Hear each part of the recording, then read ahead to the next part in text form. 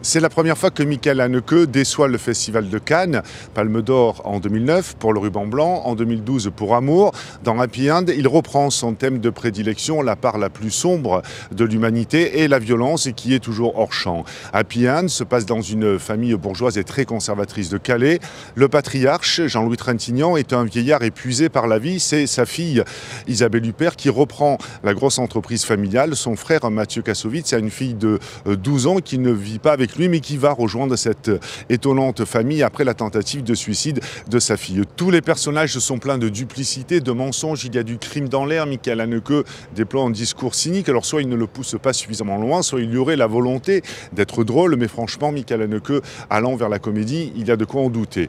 Il y est question aussi de bourgeoisie et de violence dans le film présenté en compétition par le grec Yorgos Lanthimos, la mise à mort du cerf sacré, Lanthimos qui avait été prix du jury en 2015 pour The Lobster. Nous sommes dans une famille aisée de médecins. On comprend assez rapidement que le père, Colin Farrell, qui est chirurgien cardiaque, a commis un impair avec un médecin qui est mort sur le billard, et par culpabilité, il va vouloir s'occuper du fils de cette victime, et ce jeune homme va petit à petit instiller une violence inouïe dans cette famille comme une malédiction, et à ce moment-là, avec une Nicole Kidman redoutablement performante, la famille va subir la violence de cette personne, et ce film, aux qualités en plus cinématographiques indéniables, notamment par les plans en plongée et une musique complètement obsédante, va passer du thriller psychologique à quelque chose qui serait de l'ordre du film d'horreur, voire du gore. On peut simplement regretter que la fin soit un petit peu ratée, mais Yorgos Lanthimos a séduit une bonne partie des festivaliers.